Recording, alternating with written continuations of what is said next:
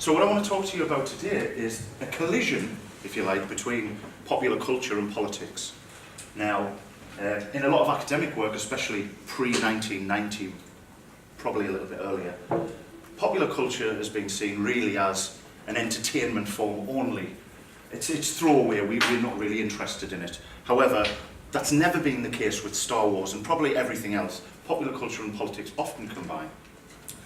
So in 1977, Raymond St. Jacques of the LA Times had this to say about Star Wars. Each time I've seen the film, I've ignored the obvious, and that is the terrifying realization that black people, or any ethnic minority for that matter, shall not exist in the galactic space empires of the future. Now what this led to was a series of debates in the LA Times that seemed to be kind of similar to what's going on today. So Star Wars was seen as racist, conservative, kind of Luke Skywalker for some is a poster boy for Nazism and things like that. So, but here what we have in 2007 is an article, an academic article that argues that Star Wars is a metaphor for the merits of democracy and the triumph of freedom and cooperation over terror, fear and totalitarian rule. So that's the opposite to what Raymond St. Jacques is saying. So is Star Wars racist or anti-racist? That's the first question I'd like to ask. And perhaps the most controversial example in Star Wars history, something that's been seen as objectifying females, something that's sexist, is this, what's called slave Leia. We've seen kind of merchandise with this, but Disney took the strategy last year of removing all slave Leia items from merchandising. This will send a bad message, and I say a message in brackets like that, just to identify that I don't necessarily agree. So another academic says that the intended moral of the Star Wars saga is essentially, if perhaps unconsciously, misogynist, homophobic and conservative. Now the one thing that I don't like about textual analysis, if you like, in an academic sense, is that a scholar will come along and claim to have uncovered the secret messages hidden behind popular culture, whatever it may be. But my perspective, and many perspectives who work in cultural studies, is that entertainment franchises are not simply something that you can read off of how ideology works, but a lot of people say that popular culture does something to us in a bad way. Bearing in mind that you can't have an intended moral that is unconscious. If you think about that, the intended moral, if perhaps unconsciously, intention cannot be unconscious. It sounds very intelligent, but it's not really. And Dominguez goes one step further and says that slave Leia will contaminate impressionable young women in the most vulnerable stages of their life, to which those negative and damaging messages may be transmitted like a virus. So what we have is a scholar approaching Star Wars saying, look, I've decoded this. This is sexist. This is going to infiltrate female minds, and it's going to send a damaging message. How do we explain this? How do we explain women going to comic conventions dressed as slave Leia as a sign of female empowerment? And this goes on and on. We have Facebook pages dedicated to this. And fan art where we see Princess Leia breaking the chains and escaping from Jabba the Hutt. An academic called Von Marlowe says that she literally chokes Jabba the Hutt with the chains of patriarchy. And this is from Trisha Barr, who is a fan, not an academic, and she says, when I see slave Leias wandering the halls of a convention, I see Leia literally choking the snot out of her oppressor. As a young high school student, I took one important lesson from Princess Leia. Fortune or circumstance can take away everything, but only you can take away your dignity. So what we see here is, we have the academic community saying that this is evil, this is bad, this is sending nefarious messages into the minds of young females. But we actually see women doing something differently. So engaging with Princess Leia in her slave uniform as a symbol of female emancipation. So think about this. Jennifer Ellis, Leia is a traditional damsel in distress. Dominguez, Lucas shattered the traditional damsel in distress trope with his characterization of Leia in the original trilogy. We have two academics here. One says she's a damsel in distress, one says she's not. Which one is it? An emblem of female emancipation or a symbol of female subordination? So I would say it's neither. It's all of these things. If you want to read into Star Wars that this is sexist, then that's your right. That's the democracy of interpretation, as Will Brooker calls it. So I'm always interested in these fault lines where we have things that are just not settled. So David Buckingham calls this ideology by numbers. The idea that the academic will approach a text, not speak to anyone else about their experiences, and make political statements. So the political ideology of Star Wars is not something essential, inscribed, or guaranteed.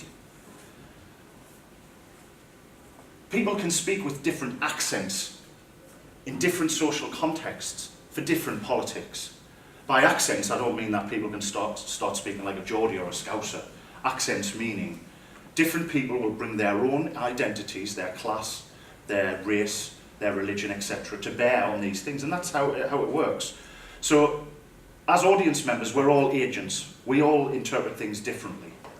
And I am being simplistic, it's much more complicated than that. But basically what I want to say is that, excuse me, the meaning of Star Wars is never settled, never has been, and has been kind of a site of political struggle since 1977. So with that in mind, I want to talk about what's happened since Disney took over Lucasfilm in 2012 for $4.2 billion. Now, we all might think that George Lucas is sitting there happy in his ivory tower with the $4.2 billion, but Lucas actually gave this away to charity. But what happened when Disney took this over? I did a research project in that very week when this happened, and interviewed a lot of fans, over 100 fans, about what they thought. The mainstream media was saying, oh, fans are disgusted, disgruntled, they don't want this to happen. That's not what I found out. The majority of people were talking about being cautiously optimistic. They wanted new Star Wars, because Revenge of the Sith was the last film in 2005, and Star Wars was in effect dead. George Lucas said, the saga is finally over. Nothing's ever over though, especially not when money's concerned. So now we have new films, new spin-offs, new books, and new comics, all existing within the Star Wars universe. And Disney's kind of going full hog here. We're going to have the third Star Wars film in as many years next month, in December, sorry. But what started to happen here was we saw a series of hashtag campaigns coming out from ostensibly the alt-right, or what has become known as the alternative right in America. And the Force Awakens teaser trailer was the first instance of this, and became a site of ideological struggle between progressive and conservative actors, ostensibly. So I want to talk about a few of those things today. First one was hashtag Black Stormtrooper. First scene in the trailer for The Force Awakens had many people across the internet either going, oh no, a black man, or, more pointedly, an argument about how can you have a black stormtrooper when stormtroopers should be made from the genetic material of Jango Fett. So a lot of fanish arguments, a lot of geeky arguments about this. But this was across all of news media. The racist hashtag Black Stormtrooper backlash shows the dark side of geek culture. And this is something I've been researching for a few years now into this idea of what Bridget Keys and I, Bridget Keys is a scholar from the United States, we're doing a special edition of participations on what we're calling toxic fan practices.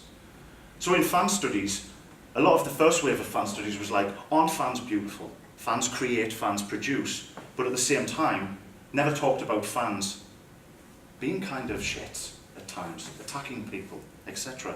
Fandom is not harmonious, it's kind of a conflict between different communities.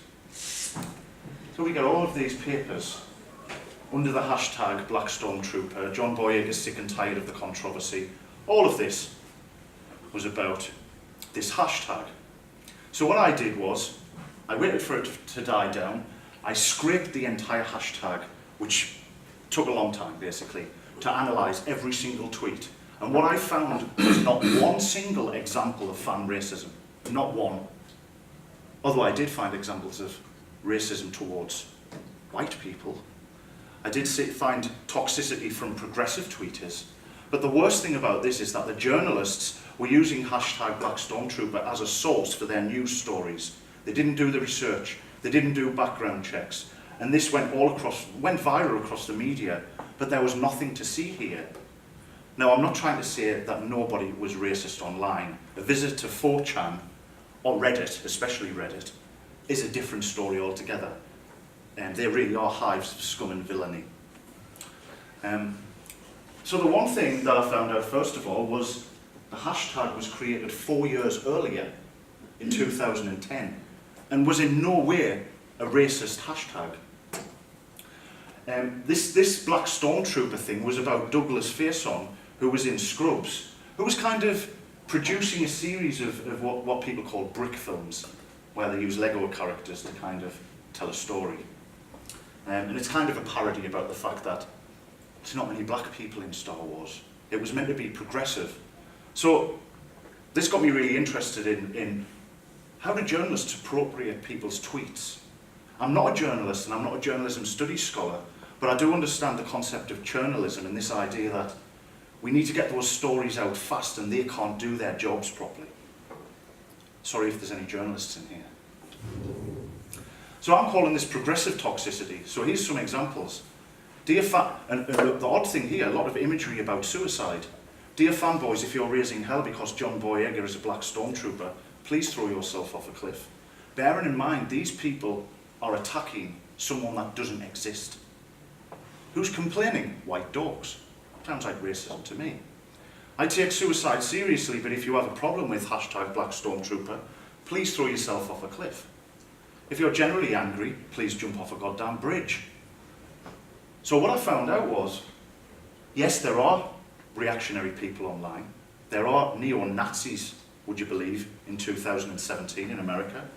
But also we see a clash between reactionary actors and progressive actors, and both are behaving badly.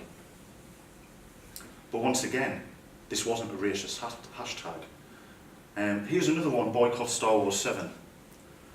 This came out of a tweet here from the so-called alt-right. It's anti-white propaganda promoting white genocide. All of this was about the fact that The Force Awakens had a female protagonist.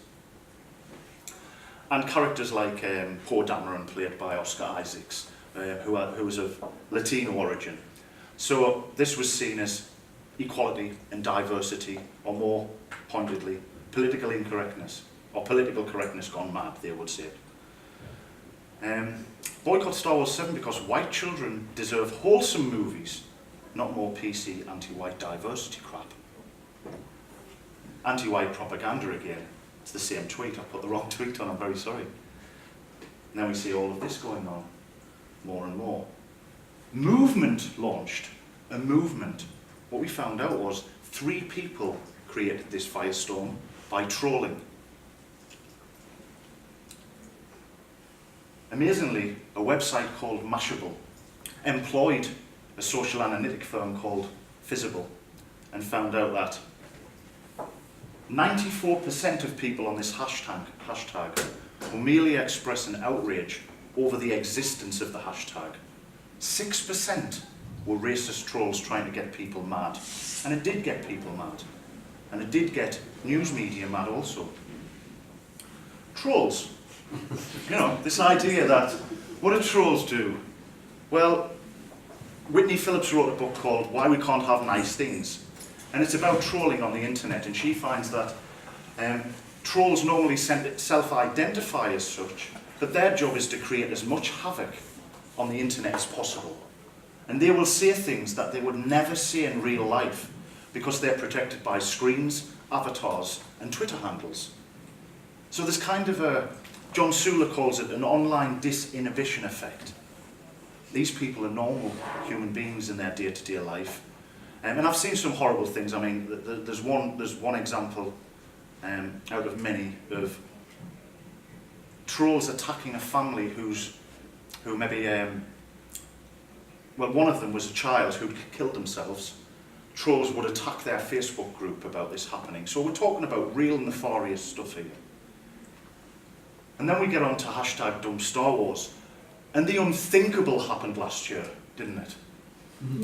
Donald Trump became president of the United States in the real world, not in a fantasy. Unbelievable. But what happened when Donald Trump came? This tweet. by Chris Weitz, who was one of the writers on Rogue One, sent out this tweet: "Star Wars against hate, spread it." And this led to a backlash. And then he apologised and took it down. If you see here, "My sincere apologies to Star Wars fans whom I hurt with comments connecting an innocent escape to ugly politics." So he's kind of backtracking and saying, innocent escape is all Star Wars is.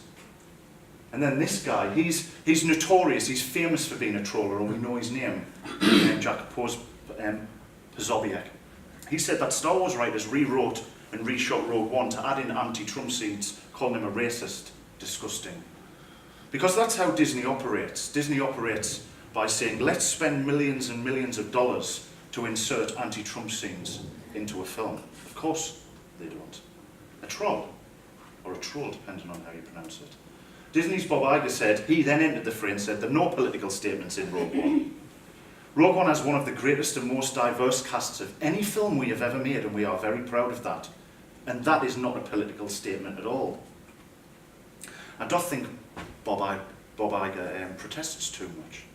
Of course it's a political statement to have a multicultural team led by a woman fighting the evil empire. And Ronald Reagan described Russia as the evil empire in the 1980s. And his weapons program was dubbed Star Wars by the media. So what Disney and Lucasfilm might not be thrilled about, and this is from the Hollywood Reporter, is that a Trump empire versus Hillary Clinton resistance narrative might alienate the 61 million plus voters who backed the real estate mogul, a group too large to ignore when a company is in the tentpole business.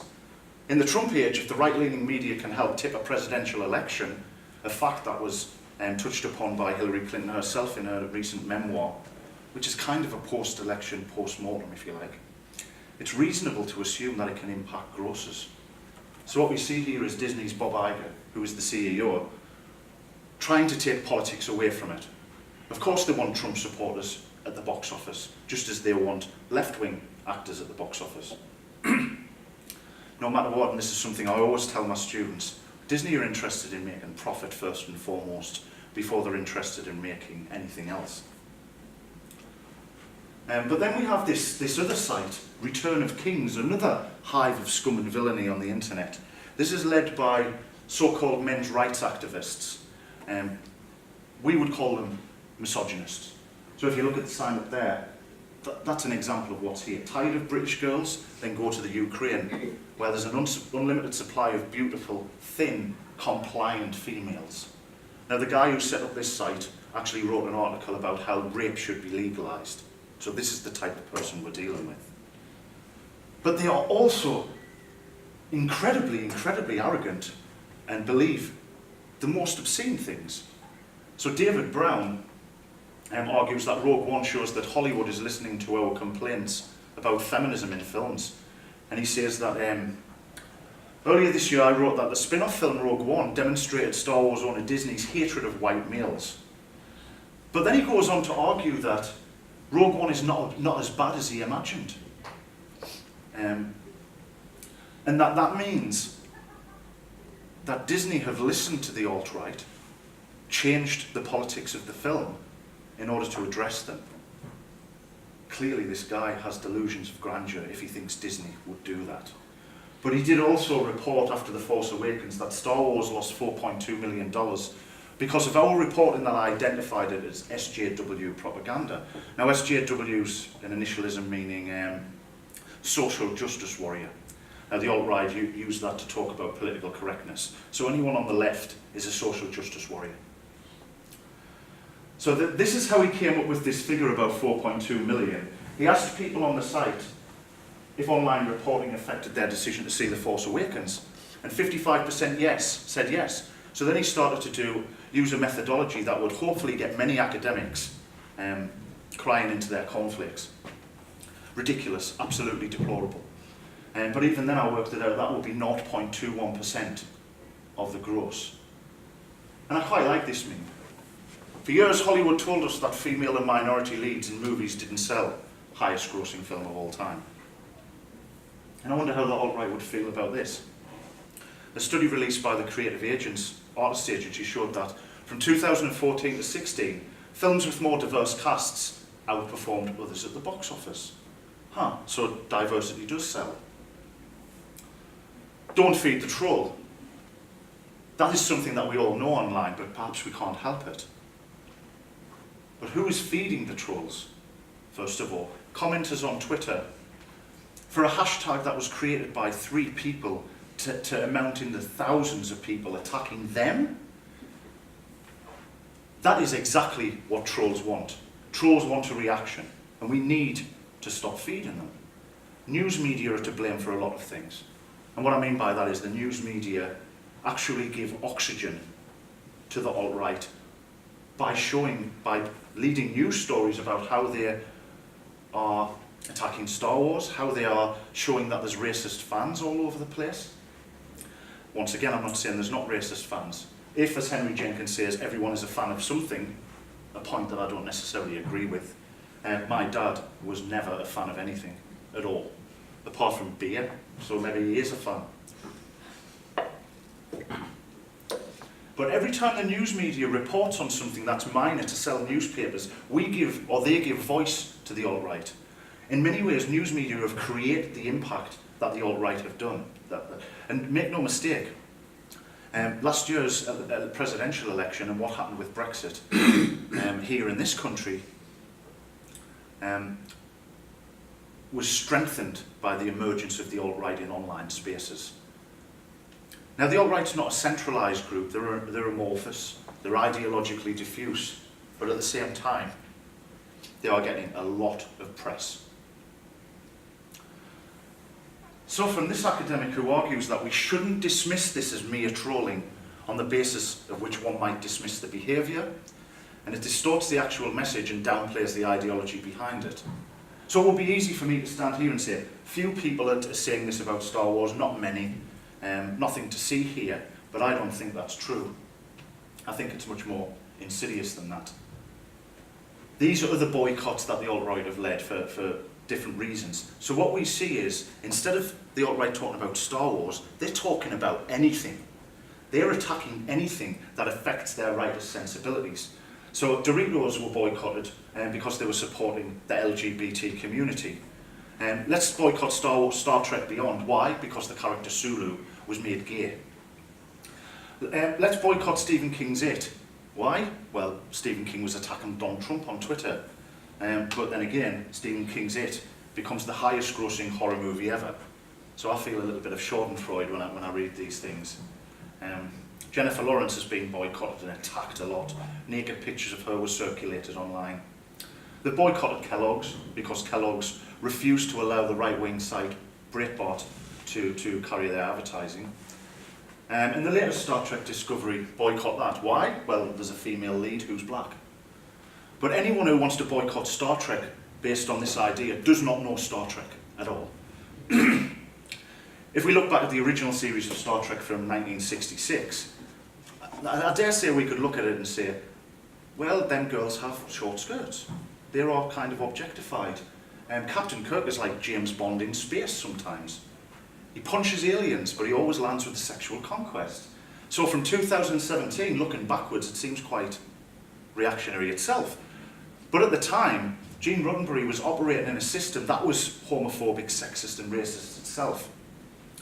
So no one had seen anything like Star Trek. We had the first black, kind of a black actor, female actor on the bridge. And although she didn't have much to do at that time, there's a famous exchange between Nicole Nichols and Martin Luther King. And Martin Luther King, she was going to leave Star Trek. She was saying, look, I'm just sitting there answering the phone, basically. And Martin Luther King said to her, this is one of the most important roles that's ever been given to a black person. Even though she's still on the bridge and she's still kind of answering the telephone, she's fourth in command, was what Martin Luther King said. And boycott Mad Max Fury Road, because the character played by Charlize Theron shouted at Mad Max, and the alt-right said, no one barks orders at Mad Max. So all of these boycotts on their own might mean nothing. All of these boycotts together with the support for Trump online is a spread of ideology. or it's an attempt to recruit people to their way of thinking. Now, if you want to go on YouTube in your own time and type in anything about Rogue One, you'll see videos from the alt-right promoting these ideas that women are second-class citizens. It's not too much to say that what they want is women in the kitchen raising children, but it's actually worse than that. Some of the alt-right want America to be segregated into tribes. I mean, it's absolutely crazy. These are not just trolls. Some of them are trolls. Some of them want to wreak havoc. Some of them believe entirely what they're saying. But let's finish on something with a little bit more hope. This is kind of a progressive meme that I like. The Empire Strikes Back, Obama's A New Hope, and we're going to have Bernie Sanders in 2020, hopefully. Let's hope so. Then this starts to annoy the alt-right, and I quite like it. So this is the Women's March earlier in the year, with the figure of Princess Leia being used to protest Trump. People dressing up like Princess Leia, a woman's place is in the resistance. Resist. There's many more of these. And Mark Hamill tweeting something like this, which gives it a lot of momentum, because it's Luke Skywalker himself. And I think we've all seen that picture, especially those of us who are union activists. So let's remember this at the end. Star Wars against hate, spread it, as Chris White says. And I'll leave it there and take questions, if you like. Thank you.